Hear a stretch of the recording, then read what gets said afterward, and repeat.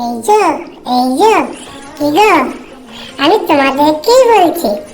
দেখো না, বাবা আর জয়দীপ আঙ্কেল মিলে হঠাৎ করে ঠিক করলে দীঘা যাবো, আর আমাকে নিয়ে দীঘাও পৌঁছে গেল। এই দেখো দীঘার রাস্তা, এই দেখো 1 2 and 3, ওই দেখো সমুদ্র। আমরা দীঘা চলে এলাম। আমরা তো, বাবারা তো সবসময় নিউ দীঘাতে থাকে, এবছর ফার্স্ট ওল্ড দীঘাতে ছিলাম। আর এটা হচ্ছে সমুদ্র, ওল্ড দীঘার সমুদ্র সি বিচ। আর ঠিক এই সমুদ্রের উল্টো দিকে আমাদের কটেজ ছিল। আমরা ওল্ড দীঘাতে আমরা কটেজে ছিলাম। এই দেখো আমাদের কটেজ, কটেজের সামনে দোলনা, স্লিপ সব ছিল। আমি, আমার দিদিরা, দাদা আর বাবা মিলে এই দেখো আমরা এখন দোলনা চাপছি। আর এখানে দোলনা ছাড়াও আরো অনেক কিছু আছে কটেজের মধ্যে।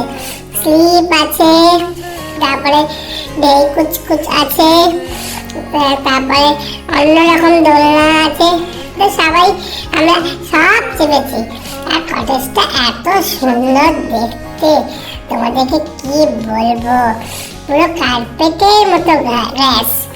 আর দেখো, এই দেখো কলেজের চারদিকটা, এই দেখো স্লিপ, দোলনা, এত সুন্দর। এই দেখো সমুদ্র দেখা যায়। আর এই যে রাস্তাটা দেখতে পাচ্ছ, এটা ওল্ড দীঘা সি বিচে যাওয়ার রাস্তা।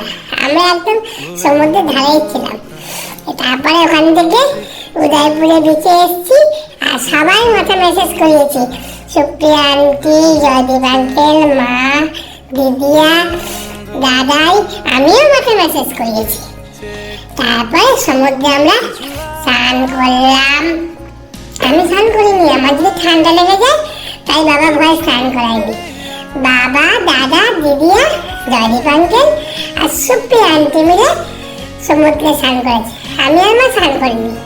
দেখো আমি বাবার কোলে, এই দেখো ফটোশুট করছিলাম বাবার কোলে বসে।